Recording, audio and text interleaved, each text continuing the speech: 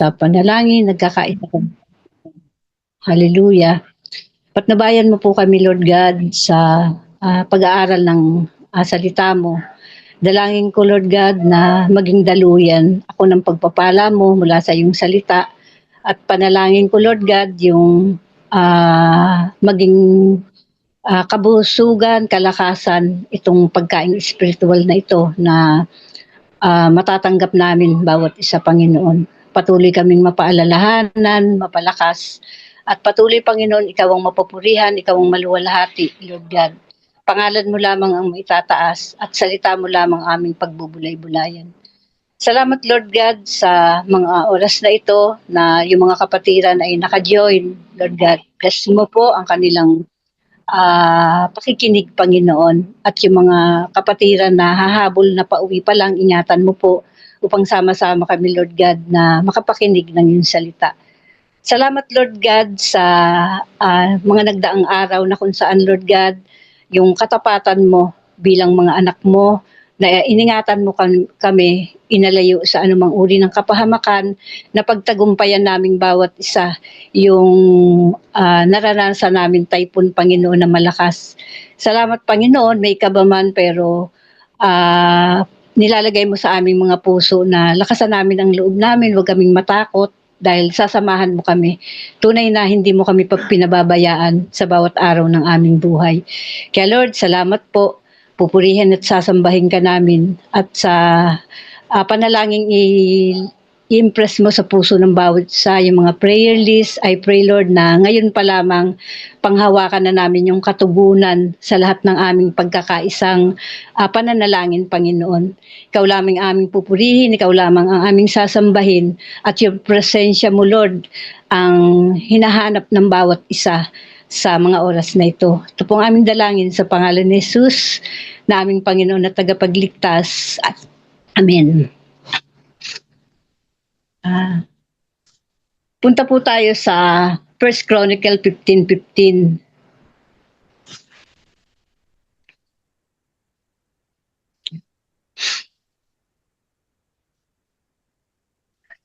First Chronicle 15:15. Ito. 15:15. Sabi dito, no, pinasan ito ng mga Levita sa pamamagitan ng mga pingga ayon sa iniutos ni Yahweh kay Moses. Ang pamagat po nito ang pagsunod na may kabanalan at kaayusan. Yon. Tapos sabi dito, tama ba ang hangarin ng ating puso ay mahalaga? Oo, pero ang tanong, tama rin ba ang ating paraan ng pagsunod? Sabi rito, no? Ito yung context. Noong una, si Haring David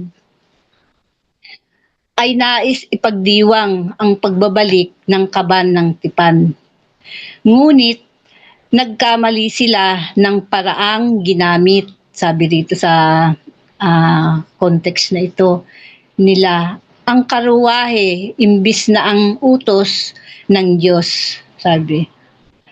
Sa 2 Samuel, namatay si Usa dahil sa maling paraan ng paghawak sa kaban. Yun.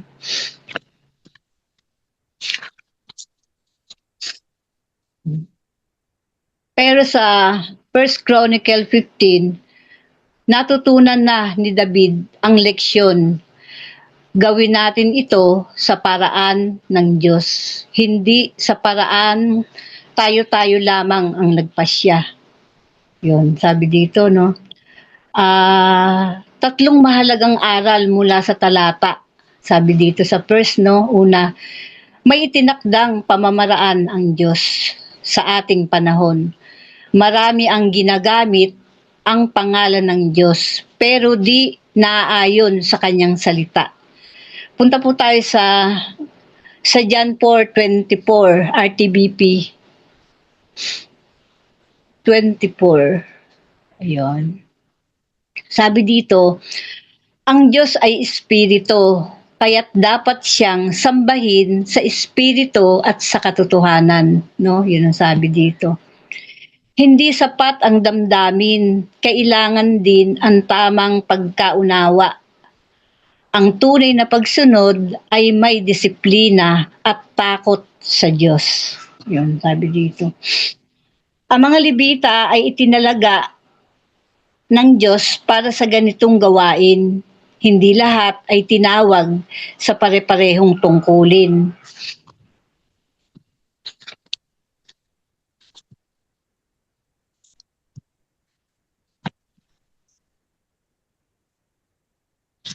May kaayusan ang Diyos sa kanyang kaharian, sabi dito. Punta po tayo sa 1 Corinto 14:40. Ayan, sabi dito, kaya lang gawin ninyo ang lahat ng bagay sa wasto at maayos na paraan. Sa simbahan, sa ministeryo o sa ministry o sa pang-araw-araw, hindi dapat padalos-dalos ang pagsunod. Ay hindi lang puso, kundi disiplina rin. Yun, sabi rito. Ang banal na presensya ng Diyos ay hindi basta-basta, hindi yan parang laruan na sa buhay natin. Mahalaga yung banal na espiritu dahil yan yung mag-a-align sa atin sa presensya ng Diyos. Yun, kung paano tayo sumunod sa kalooban niya. Sabi dito, ang kaba ng tipan ay sumusimbolo sa presensya ng Diyos. Sa lumang tipan, sino mang lumapit sa kaban ng hindi banal o hindi ayon sa utos ay may kapalit na parusa. Yun. Punta po tayo sa Hebreo 12:28. RTBP pa rin. Kaya magpasalamat tayo sa Diyos sapagkat tumanggap tayo ng isang kahariang hindi mayayanig. Sambahin natin ang Diyos sa paraang kalugod-lugod sa Kanya, sa paraang may paggalang at pagkatakot. 29, sapagkat tunay nga na ang ating Diyos ay parang apoy na nakakatupok. Sabi nito, kailangan natin ng malalim na respeto at paggalang sa presensya niya. Hindi natin siya dapat gawing ordinaryo yun, sa ating mga buhay. Paano ito i-apply ngayon? Number 1, magsimula sa salita ng Diyos. Sabi, hindi lahat ng spiritual na tingin, looking ay tama. Sabi dito, suriin ito ba ay ayon sa Biblia o ayon lang sa uso o emosyon ng isang mananampalataya. Number 2, maglingkod ayon sa pagkatawag tulad ng mga Levita. Alamin ang panawagan mo at gampanan ito ng may katapatan. Igalang ang presensya ng Diyos, sabi dito. Sa panalangin, pagsamba o kahit simpleng buhay, isama ang takot sa Diyos at paggalang sa kanyang presensya. Hallelujah. Sabi dito, no? Pangwakas na hamon. Tanong, ginawa mo ba ang kalooban ng Diyos ayon sa kanyang paraan o sa sarili mong paraan? Ito, hamon uli. Panginoon, itama mo ang aking puso at itama mo rin ang aking mga gawa. Gusto kong maglingkod sa iyo sa paraan na nakalulugod sa inyo. Yun. Punta po tayo sa Mika 6:8 RTBP. 6:8. Sabi dito, itinuro na niya sa inyo kung ano ang mabuti. Ito ang nais ni Yahweh. Maging makatarungan ka sa lahat ng bagay, patuloy mong mahalin ang iyong kapwa at buong pagpapakumbabang sumunod ka sa iyong Diyos, no? Sabi dito, no? 'Di ba yung ano po, yung kaba ng tipan, ang instruction dito pasanin daw yung argolya sa balikat ng mga tao. Ay yung time na gusto nilang maibalik, parang bigla na lang silang desisyon na kunin yon, na siguro hindi nila ipinagkatiwala o ipinanalangin. Kaya yun yung nangyari. Kasi hindi naman hindi naman sa ah, karwahe isasakay at yung hayop yung magdadala. Ang instruction doon, pipinggain, tao ang magbubuhat. Kasi, di ba yung presence ni Lord, sa puso ng mga tao inilalagay, hindi naman sa hayop. Kaya yun, hindi sila nanalangin ng mataimtim, hindi nila pinagkatiwala, basta na lang silang magdesisyon na gawin yun. Kaya bunga nun, nagkaroon ng malaking problema. Yun. Tapos yung kaba ng tipan, hindi din yun basta-basta na hihipuin ang kung sinong tao. Sabi dito, di ba, yung motibo ay maganda naman para hindi mahulog yung kaba ng tipan. Parang hinawakan niya, yun yung motibo niya, pero hindi yun yung kalooban ni Lord na gawin niya. Yung mga tanging piling pari lang ng mga Levita, yung maaring humawak o yung maaring lumapit doon. Kaya yun yung nangyari. Kaya sabi dito, kung tama ba ang hangarin ng ating puso, ay mahalaga. Oo, pero ang tanong, tama rin ba ang ating paraan ng pagsunod? Yun nga sa pagsunod. Kaya kinakailangan talaga na manalangin, isuko kung yun ba yung will ni Lord na gagawin o bunga nga lang ng pansarili nilang intensyon na gagawin. Kaya yun yung pagkakamali nga nangyari. Kaya bunga nun may buhay na namatay yun si Usa nga dahil maling paraan ng paghahawak sa kaban, dahil hindi naman siya tinalaga doon. Kasi di ba yung nakatalaga doon ng mga Levita, yung mga pare, yung holy of holy sila. Hindi po pwedeng basta ka na lang lalapit na hindi ka pinagkalooban ng ganun tungkulin. Kaya yun, nagkaroon ng problema yun. Kaya yun, natutuhan na ni David ang leksyon. Gawin natin ito sa paraan ng Diyos. Tama, no, na nanalangin siya, na isinuko yung mga plano, yun. Hindi nga yun sa pamamaraan lang na basta't ginusto ng tao ay yun na. Kasi iba yung kaisipan.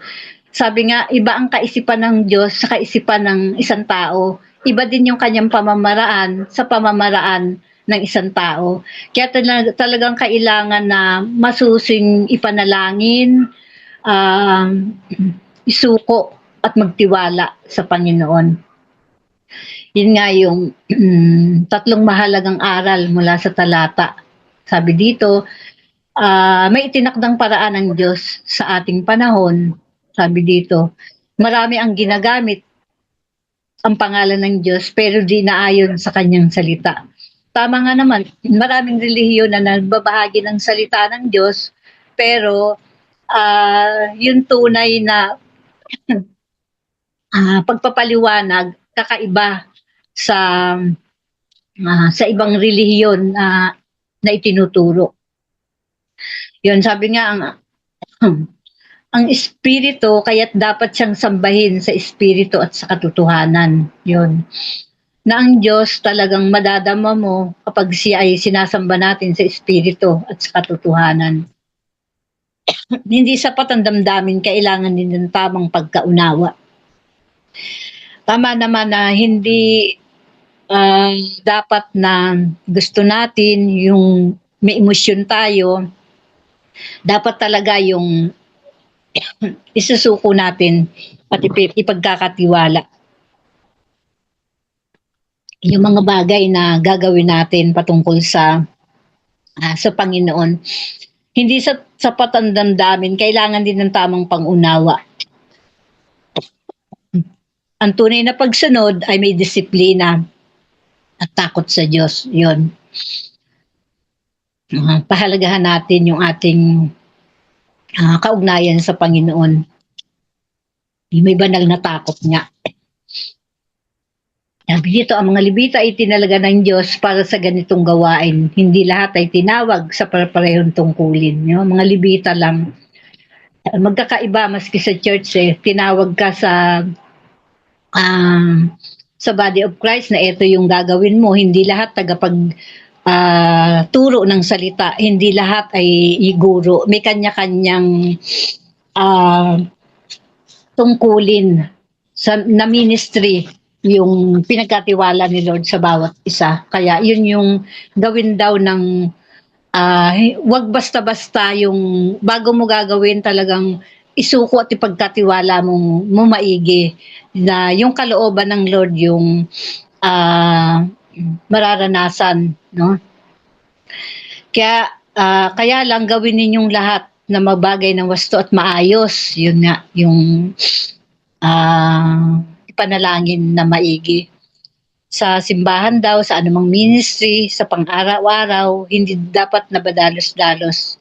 Yun, yung ating ginagawa para sa Panginoon. Kasi, hindi dapat na naisip mo na gawin yun. Kailangan muna, sasanggunin mo, ipagkakatiwala, hihingi ka ng protection, ng tulong, ng gabay, na maging matagumpay ang gagawin mo. Lagi tayong manalangin yun sa Panginoon. Sabi dito, ang banal na presensya ng Diyos ay hindi yung basta-basta, kasi makapangyarihan ng presensya ng Panginoon. Nagbibigay kalakasan, nagbibigay ng tagumpay, at mararamdaman natin yung tunay na kapayapaan.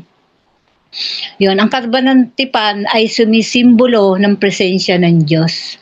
Sa lumang tipan, sino mang lumapit sa kaban ng hindi banal o hindi ayon sa utos, may kapalit na parusa. Yun. Tama nga naman kasi ang mga nakatalaga lang doon, yung mga Levita na pinahira ng langis sa ganun tungkulin. Hindi basta-basta ka lalapit. Kahit na, yun nga, maganda yung pamamaraan niya, na hahawakan niya para hindi mahulog, pero hindi siya parang authorized na gawin yon.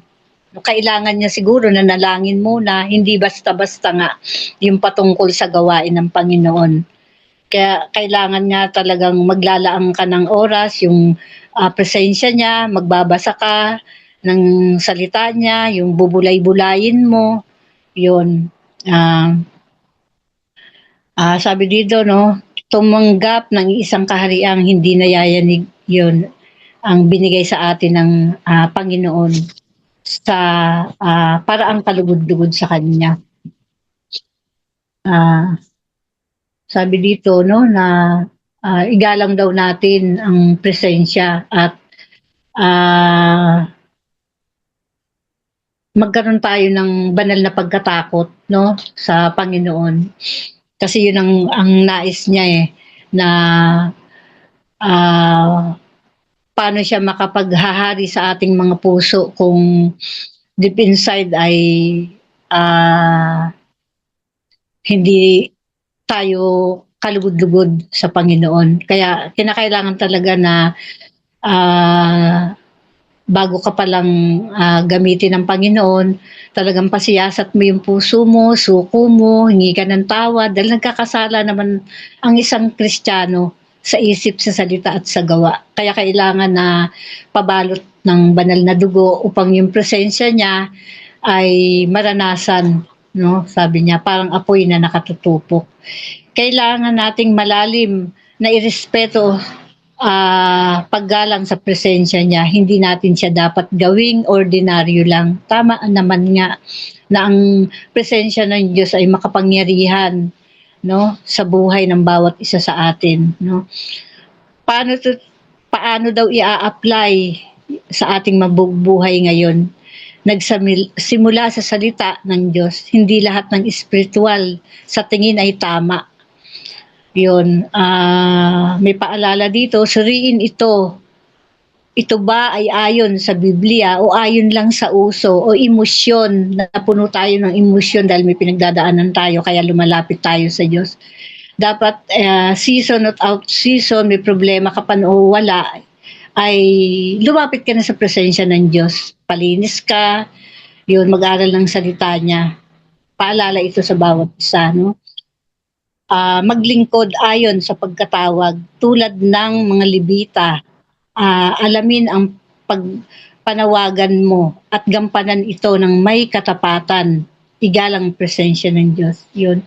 Sa ating ministry, talagang bago pa lang tayo pupunta doon, ihanda natin yung ating mga puso na gawin natin ito hindi sa tao, kundi sa Diyos tayo naglilingkod. Pangalawa lang, kasi sabi niya, ano man ang gawin mo sa anak ko, sa akin mo ginawa. Magbigay ka nga lang daw ng isang basong tubig. Kaya bago ka pupunta sa church, sa bahay pa lang, isukot ipagkatiwala mo na yung mga bagay na gagawin mo, oras, kalakasan mo, para ialay mo sa Panginoon. Dahil hindi ka naman pupunta doon para lang sa tao, para sa Panginoon. Sa panalangin, pagsamba, o kahit simpleng buhay, isama ang takot sa Diyos at paggalang. Yun, paalala ito na kahit sa ating personal na buhay sa pang-araw-araw, alalahanin natin ang Panginoon, naririnig niya tayo, nakikita niya yung ating maginagawa kasi yung presensya niya ay nananahan na sa ating mga buhay, sa ating mga puso, sabi dito, no? So, yung pangwakas na hamon nga, tanong, ginagawa mo ba ang kalooban ng Diyos ayon sa kanyang paraan o sa sarili mong paraan? Yun. Kinakailangan talaga na hingin mo yung patnubay niya. Kasi iba nga yung pamamaraan natin sa pamamaraan ng Diyos o yung kaisipan niya. Kaya lagi tayong magbasa ng salita niya dahil ito yung guide natin eh. Sabi nga, di ba, promise keeper natin ng Diyos. Marami siyang paalala sa salita sa Bible para patuloy tayong natin tahakin yung nais ng Lord sa ating mga buhay. Ito yung hamon. Sabi, Panginoon, itama mo ang aking puso at itama mo rin ang aking mga gawa. Yun ang dapat na gagawin, devotion ng isang anak ng Diyos, no? Itama yung puso at maging yung mga ginagawa na gagawin yun sa Panginoon, hindi sa tao lang yun. Gusto kong maglingkod sa iyo sa paraang nakalulugod sa iyo. Yun nga na sinasabi niya, 'di ba, sa lingkod ng Diyos, magbigay ka lang ng isang basong tubig ay nalulugod na yung Diyos. Kasi ano man ang ginawa mo sa isang lingkod niya, ay sa Panginoon mo ginawa. Kaya yun, walang nalilihim, lahat ay hantad at hayag. Kaya si Lord yung nakakaalam, wala tayong maitatago. Yun, tapos last na ito, itong Mika, babalik ko lang, itinuro na niya sa akin kung anong mabuti. Ito ang nais ni Yahweh. Maging makatarungan ka sa lahat ng bagay, no? Patuloy mong mahalin ang iyong kapwa at buong pagpapakumbabang sumunod ka sa iyong Diyos. No? Yun naman talaga yung nais ni Lord na sundin ang kanyang kalooban. Dahil Panginoon siya ng ating mga buhay, hindi na tayo ang Panginoon ng ating sariling kagustuhan. Kaya matuto tayong talaga na magpasakop at isuko ang ating mga buhay sa bawat araw upang patuloy natin siyang maranasan, no, sa ating mga buhay. Yun lang po, maiksi lang po yung share ko at upang mahabang mailaan sa sama-samang pananalangin natin. Salamat po